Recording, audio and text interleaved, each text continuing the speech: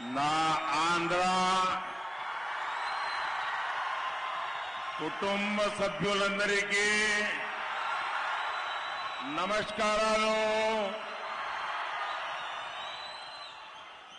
मैं तिरुपति वेंकटेश स्वामी को श्रद्धापूर्वक प्रणाम करता हूं। भक्ति धारा के संत अन्नामैया को नमन करता हूं। यहां तिरुपति और चित्तूर से भी अनेक साथी आए हैं। आप सभी का भी अभिनंदन करता हूं। నేను తిరుపతి వెంకటేశ్వర స్వామికి నమస్కారం తెలియజేస్తున్నాను। భక్తి ప్రదాత అయిన సంత అన్నమయ్యకి ప్రణామాలు తెలియజేసుకుంటున్నాను। తిరుపతి మరియు చిత్తూరు నుండి ఇక్కడికి వచ్చిన మిత్రులందరికీ కూడా నేను అభినందనలు తెలియజేసుకుంటున్నాను। भाइयों और बहनों, रायलसीमा में सामर्थ्य की कोई सीमा नहीं। यहां माइंस है, यहां मिनरल्स है, यहां दिव्य भव्य टेम्पल्स है, यहां मेहनती किसान है, टैलेंटेड नौजवान है और टूरिज्म की अपार संभावना है। इसलिए आज मोदी आपके पास आशीर्वाद लेने के लिए आया है। मोदी का लक्ष्य है रायलसीमा का डेवलपमेंट नई ऊंचाई पर पहुंचे। मोदी का लक्ष्य है आंध्र प्रदेश का विकास। मोदी लक्ष्यम आंध्र प्रदेश विकासम।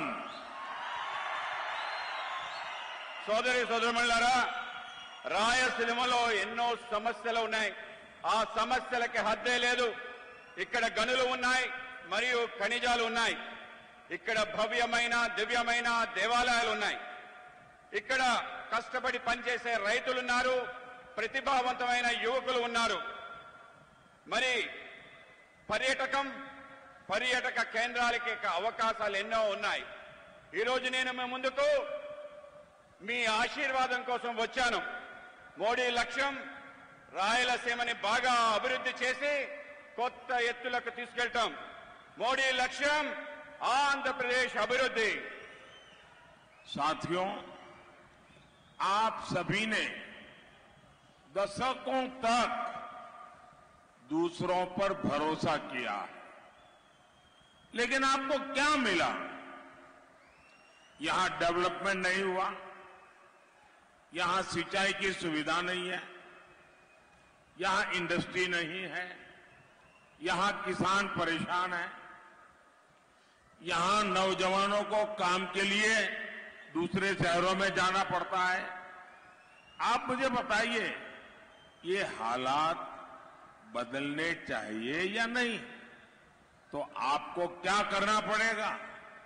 आंध्र प्रदेश में डबल इंजन सरकार, आंध्र प्रदेश लो कूड़ा डबल इंजन सरकार रावाली। మిత్రులారా, మీరంతా దశాబ్దాలుగా అనేక మందిని విశ్వాసంలో ఉంచారు। రాయలసీమ ఆంధ్రప్రదేశ్కు అనేక మంది ముఖ్యమంత్రులను ఇచ్చింది, ఇచ్చారా లేదా? కానీ మీరు ఏమి పొందారు? ఇక్కడ అభివృద్ధి జరగనే లేదు। ఇక్కడ సాగునీటి సంబంధించిన సౌకర్యమే లేదు। ఇక్కడ పరిశ్రమలు లేవు। ఇక్కడ రైతులు ఆందోళనతో ఉన్నారు। ఇక్కడ ఉద్యోగాల కోసం ఇంకొక నగరాలు వలస వెళ్లాల్సిన పరిస్థితి ఏర్పడింది। మీరు నాకు చెప్పండి, ఈ పరిస్థితి మార్చాలా వద్దా? అయితే మీరేం చేయాలి? ఆంధ్రప్రదేశ్లో కూడా डबल इंजन सरकार తీసుకురావాలి। साथियों, आंध्र प्रदेश की जनता ने बड़ी उम्मीदों के साथ वाईएसआर कांग्रेस सरकार बनाई थी, लेकिन इन्होंने आपके साथ विश्वासघात किया। वाईएसआर कांग्रेस ने यहां गरीबों का नहीं, माफिया का विकास किया। वाईएसआर कांग्रेस के मंत्री कैसे यहां गुंडागर्दी करते हैं, यहां राउडी राज चलाते हैं, वो सबके सामने है। मैं तो हैरान हूं, जिस सैंड माफिया के कारण अन्नामैया डैम टूट गया, 25-30 गांवों को नुकसान हुआ, दर्जनों लोगों की जान गई, ये से माफिया को यहां की सरकार बढ़ावा देती है। मैं ऐसे हर माफिया को कहूंगा, वाईएसआर कांग्रेस गवर्नमेंट जाने का काउंटडाउन शुरू हो चुका है। एनडीए सरकार यहां के हर माफिया का इलाज करेगी, पक्का ट्रीटमेंट करेगी। మిత్రులారా, ఆంధ్రప్రదేశ్లో అనేక ఆకాంక్షలతో వైఎస్ఆర్ ప్రభుత్వాన్ని మనం ఏర్పాటు చేసుకున్నాం. కానీ వాళ్ళు మనతో విశ్వాసఘాతకం, మోసం చేశారు. వైఎస్ఆర్ కాంగ్రెస్ ఇక్కడ పేదవాళ్లని కాకుండా మాఫియాని అభివృద్ధి చేశారు. వైఎస్ఆర్ పార్టీ మంత్రులు గుండాయిజం చేస్తున్నారు. ఇక్కడ ఒక రౌడీ రాజ్యాన్ని నిర్మిస్తున్నారు. అది మీరందరూ చూస్తున్నారు. ఇక్కడ ఇసుక మాఫియా కారణంగా అన్నమయ్య డ్యాం కొట్టుకుపోయింది. అది నేను చూసి ఆశ్చర్యపోయాను. 25-30 గ్రామాలు నష్టం చేకూరింది. 12 మంది మరణించారు. ఇలాంటి మాఫియా ఇక్కడ ప్రభుత్వం మద్దతు లభిస్తుంది. నేను ఇలాంటి ప్రతి మాఫియాకి చెప్పదలుచుకున్నాను, మీ యొక్క కౌంట్ డౌన్ మొదలైందని. ఎన్డీఏ ప్రభుత్వం ఇక్కడ ప్రతి మాఫియాకి చికిత్స చేస్తుంది, ఒక్కొక్కరిని పక్కా ట్రీట్మెంట్ చేస్తుందని తెలియజేస్తున్నాను. आप बताइए, आपके जीवन में साफ पानी जरूरी है या नहीं? मोदी घर घर पाइप से पानी पहुंचाना चाहता है, लेकिन यहां की सरकार जल जीवन मिशन में भी ठीक से सहयोग नहीं करती। पोलावरम प्रोजेक्ट के साथ इन्होंने क्या किया, ये आप इतने सालों से देख रहे हैं। इन्होंने रायलसीमा के किसानों को भी इरिगेशन की सुविधाएं नहीं दी। यहां एनडीए सरकार बनेगी तो सिंचाई के प्रोजेक्ट तेजी से पूरे होंगे। మీరు చెప్పండి, మీ జీవితంలో స్వచ్ఛమైన నీళ్లు అవసరమా లేదా? ఇంటింటికి పైప్ లైన్ ద్వారా నీటిని అందించాలని మోడీ కోరుకుంటున్నారు. కానీ ఇక్కడ ప్రభుత్వం జల జీవన్ మిషన్ కి సరైన సహకారం అందించడం లేదు. పోలవరం ప్రాజెక్ట్ కోసం వాళ్ళు ఏమి చేశారో మనందరం ఇన్ని సంవత్సరాల నుంచి చూస్తున్నాం. వీళ్ళు రాయలసీమ రైతాంగానికి సాగునీటి కల్పించడం లేదు.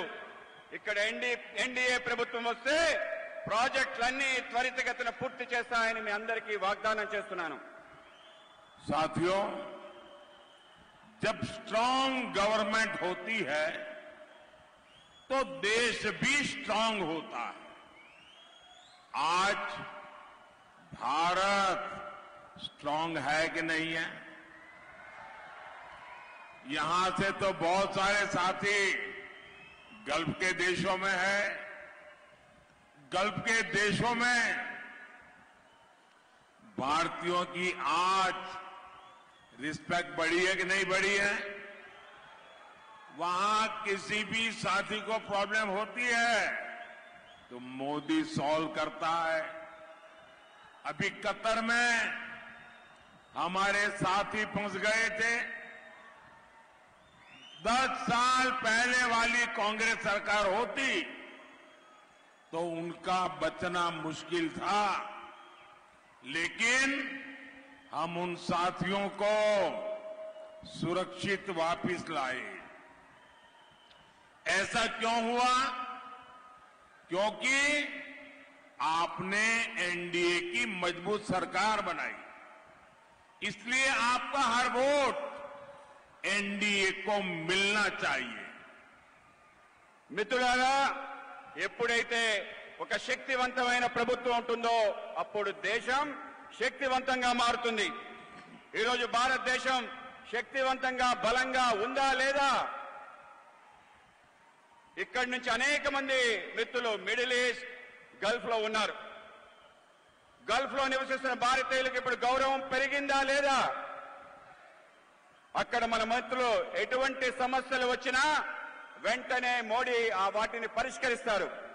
ఈ మధ్య ఖతార్లో మన సోదరులు చిక్కుకున్నారు. ఒకవేళ 10 సంవత్సరాల క్రితం కాంగ్రెస్ ప్రభుత్వం ఇప్పుడు ఉంటే వాళ్లను రక్షించడం చాలా కష్టమయ్యేది. కానీ నేను మన సోదరుల్ని సురక్షితంగా వెనక్కి తీసుకురాగలిగాను. ఇది ఎందుకు జరిగింది? ఎందుకంటే ఎన్డీఏ ఒక దృఢమైన శక్తివంతమైన ప్రభుత్వాన్ని తయారు చేసింది. అందుకే మీ ప్రతి ఓటు एनडीए वेयाली। साथियों, मोदी नेशन बिल्डिंग के मिशन पर निकला है। देश को आगे बढ़ाने के लिए दिन रात मेहनत कर रहा है, लेकिन कांग्रेस देश को रिवर्स गियर में ले जाना चाहती है। कांग्रेस लगातार धमकी दे रही है कि जो बड़े काम पिछले 10 साल में हुए हैं वो उन्हें रद्द कर देगी। कांग्रेस कहती है आर्टिकल 370 को वो वापस लाएंगे फिर से। कांग्रेस कहती है सीएए के कानून को रद्द कर देंगे। कांग्रेस कहती है गरीबों को जो फ्री राशन मिलता है वो योजना बंद कर देंगे। कांग्रेस कहती है देश के गरीबों को फ्री मेडिकल ट्रीटमेंट जो मिलता है वो योजना भी बंद कर देंगे। कांग्रेस कहती है राम मंदिर पर सुप्रीम कोर्ट का फैसला भी पलट देंगे, राम मंदिर पर ताला लगा देंगे। क्या आपको ये सब मंजूर है क्या? మిత్రులారా, మోడీ దేశ నిర్మాణం అనే లక్ష్యంతో బయలుదేరాడు. దేశానికి తీసుకెళ్లడం కోసం పగలు రాత్రి కష్టపడి పనిచేస్తున్నాడు. కానీ కాంగ్రెస్ దేశాన్ని రివర్స్ గేర్ లో వెనక్కి తీసుకెళ్లాలనే ప్రయత్నం చేస్తుంది. కాంగ్రెస్ నిరంతరం బెదిరిస్తుంది. ఏవైతే పెద్ద పెద్ద పనులు గత 10 సంవత్సరాలు బట్టి మేము చేశామో వాటినన్నిటినీ రద్దు చేస్తామని అంటున్నారు. కాంగ్రెస్ చెబుతుంది 370 అధికరణని తిరిగి తీసుకొస్తామని, सीए రద్దు చేస్తామని కాంగ్రెస్ చెబుతుంది. ఉచిత రేషన్ పథకాన్ని కాంగ్రెస్ నిలుపుదల చేస్తానని చెబుతుంది. చివరికి కాంగ్రెస్ ఉచిత వైద్య పథకాన్ని కూడా నిలిపివేస్తానని చెబుతుంది. కాంగ్రెస్ రామ మందిరంపై సుప్రీంకోర్టు ఇచ్చిన తీర్పును కూడా వెనక్కి నెట్టేస్తానంటుంది. రామ మందిరానికి తాళం వేస్తానంటుంది. దీన్ని మీరు అంగీకరిస్తారా? साथियों, पूरी कांग्रेस पार्टी भारत की संस्कृति और विरासत से कट चुकी है।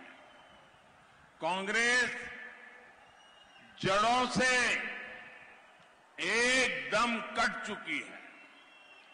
कांग्रेस के मन में हमेशा विभाजनकारी सोच रहती है। कांग्रेस का माइंडसेट ही देश को टुकड़ों में देखने का हो गया है और इसलिए ही कांग्रेस के नेता कभी भारत को एक राष्ट्र मानने से इनकार करते हैं तो कभी देश को बांटने की बात करते हैं। आज कांग्रेस के एक और बड़े नेता ने फिर कांग्रेस की विभाजनकारी सोच का प्रदर्शन किया। गांधी परिवार के बेहद करीबी और शहजादे के सबसे बड़े सलाहकार ने जो कहा है वो शर्मनाक है। कांग्रेस को लगता है कि जो लोग नॉर्थ ईस्ट के लोग हैं वो चाइनीज की तरह लगते हैं। क्या ऐसी बातें देश स्वीकार कर सकता है क्या? कांग्रेस को लगता है कि साउथ इंडिया के लोग अफ्रीकन जैसे दिखते हैं। मैं जरा सीतारमैया जी से पूछना चाहता हूं, क्या कर्नाटका के लोगों पर यह आरोप आप स्वीकार करेंगे क्या? मैं तेलंगाना के कांग्रेस के मुख्यमंत्री को पूछना चाहता हूं, क्या वे इस प्रकार के आरोप को स्वीकार करेंगे क्या? मैं तमिलनाडु के मुख्यमंत्री को पूछना चाहता हूं, जो तमिल संस्कृति की बात करते हैं, इतना बड़ा गंभीर आरोप लगाया है, क्या तमिलनाडु डीएमके कांग्रेस के साथ अपना नाता तोड़ने की घोषणा करेंगे क्या? तमिल स्वाभिमान के लिए, तमिल लोगों के लिए क्या वो हिम्मत है क्या उनमें?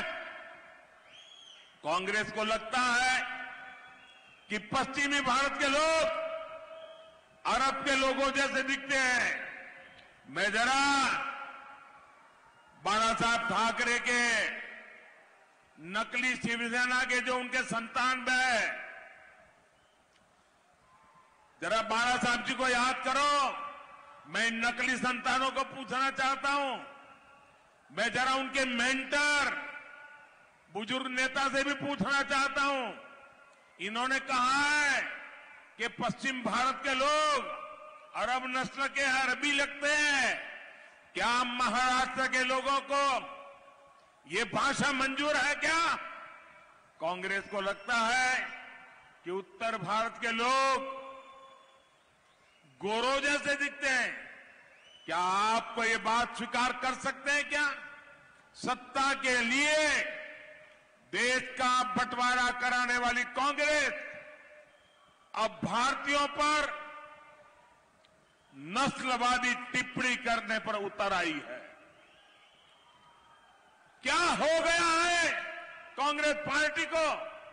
और ये बात जरा जो उनकी इकोसिस्टम है वो भी समझ रहे हैं कि आप इनका बचाव करने की कोशिश मत करो, क्योंकि जो शहजादे के फिलोसोफर एंड गाइड ने अमेरिका में बोला, उसके 4 दिन पहले खुद शहजादे ने युवकों के बीच में कहा कि अमेरिका में इस रंग के लोग पेपर सेट करते हैं तो इस रंग के लोग परीक्षा में नापास होते हैं, इस रंग के लोग पेपर सेट करें तो सब पास होंगे। हिंदुस्तान पर भी उन्होंने वही टिप्पणी की थी जिसका विस्तार शहजादे के गुरु ने किया है। ये दोनों की बातें मिली हुई बातें हैं, सोच समझ करके बोली हुई बातें हैं। और मैं पूरी कांग्रेस पार्टी पर, शहजादे पर, इस शाही परिवार पर गंभीर आरोप लगाता हूं। अरे मुद्दे नहीं है तो कम से कम हम भारतीयों का मखौल मत उड़ाओ। तीसरे फेज में घुटने टेकने की बौखलाहट में ये लोग कुछ भी कहे जा रहे हैं, लेकिन देश कांग्रेस की एक एक विभाजनकारी बात को सुन रहा है, समझ रहा है। क्या आप ऐसी सोच वाली कांग्रेस को, देशवासियों के भी मैं कहना चाहता हूं, सिर्फ मैं आंध्र में नहीं कह रहा हूं, मैं देश के जहां जहां चुनाव बाकी है सभी देशवासियों को कहना चाहता हूं, ऐसा गुनाह करने वाली कांग्रेस को बख्शा नहीं जाना चाहिए, उनको सजा होनी चाहिए। కాంగ్రెస్ ఈ దేశం యొక్క వారసత్వాన్ని తొలగించాలని చెప్పి ఈ దేశాన్ని ముక్కలు ముక్కలు చేయాలని చెప్పి ఒక ఆలోచన చేస్తుంది. కాంగ్రెస్ ఈ దేశం యొక్క విభజనకి మూలాలని తీసివేయాలి, తొలగించాలనే ప్రయత్నం చేస్తుంది. ఇవాళ కాంగ్రెస్ భారతదేశం ఒక జాతి కాదు, విభిన్న జాతుల సమూహం అని చెప్పి చెప్తుంది. కాంగ్రెస్ ఈ దేశ విభజనకి కారణమైంది. ఇవాళ కాంగ్రెస్ కుటుంబంలో అతి దగ్గరగా ఉండే వ్యక్తి, ఈ విధంగా గాంధీ పరివారానికి దగ్గరగా ఉండే వ్యక్తి మాట్లాడుతున్న మాటలు మనం చూస్తే మనందరం కూడా సిగ్గుపడాలి. ఈరోజు భారతదేశం మొత్తం కూడా దక్షిణాది రాష్ట్రాలు ఉత్తరాది రాష్ట్రాలుగా విభజన చేయాలని చెప్పి మాట్లాడుతున్నారు. ఇవాళ దక్షిణాది రాష్ట్రాలు విభజించి అవి వేరు అని చెప్పి మాట్లాడుతున్నారు.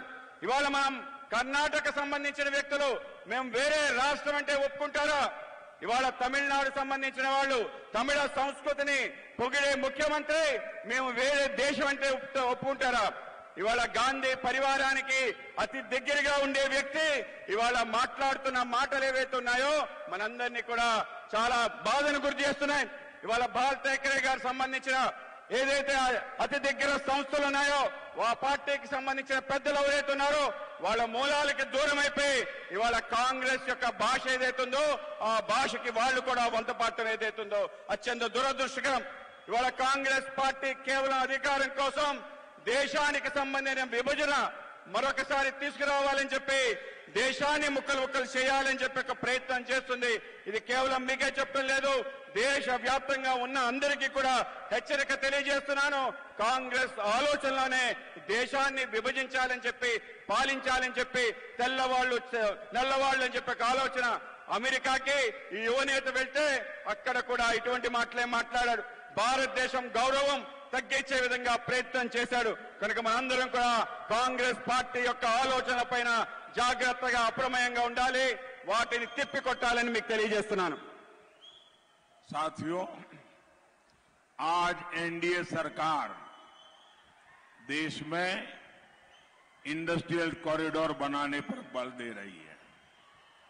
यहां भी देखिए कितने एक्सप्रेसवे बन रहे हैं.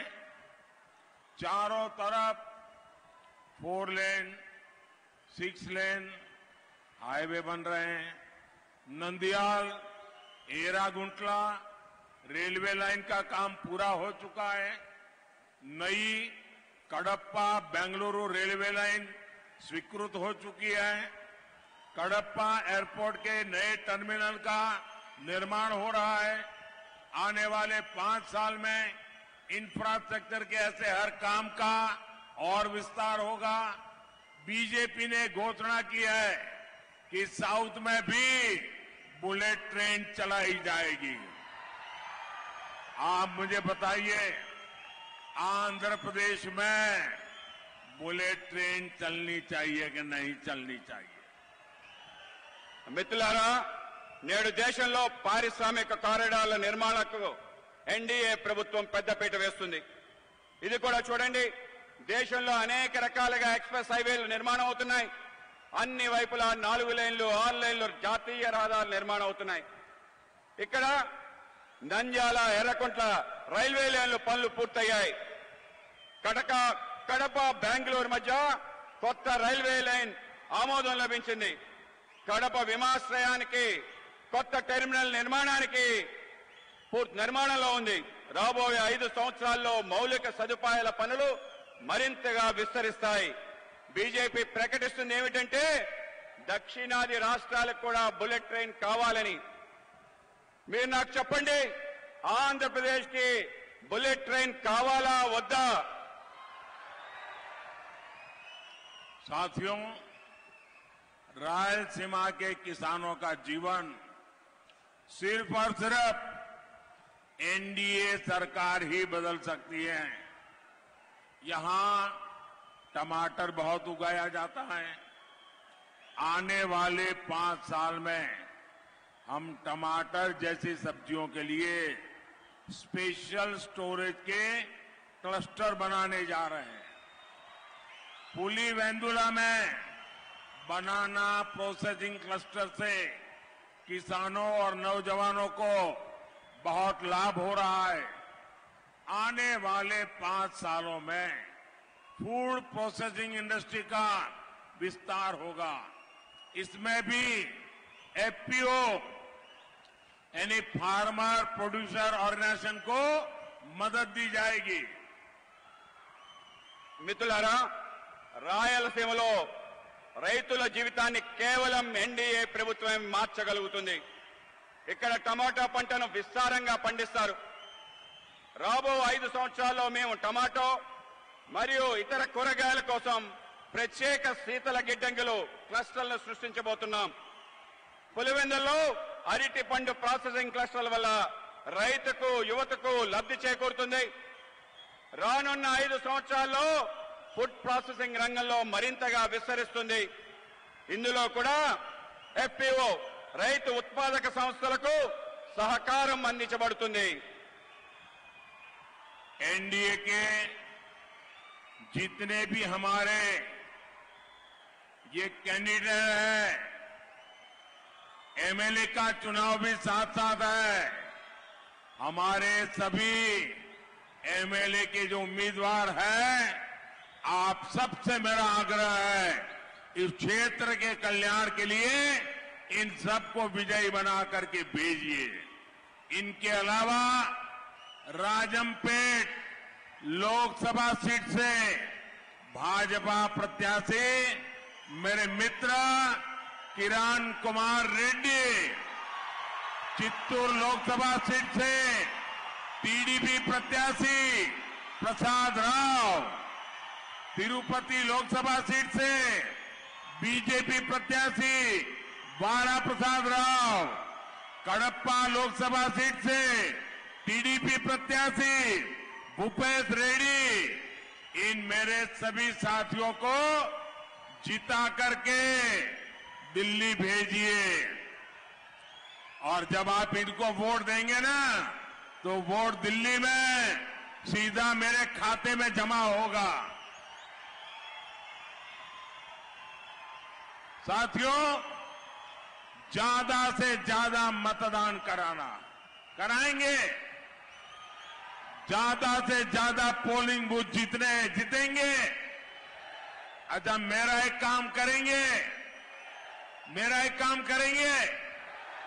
घर घर जाइएगा और कहिएगा कि अपने मोदी जी आए थे और मोदी जी ने आप सबको नमस्कार कहा है।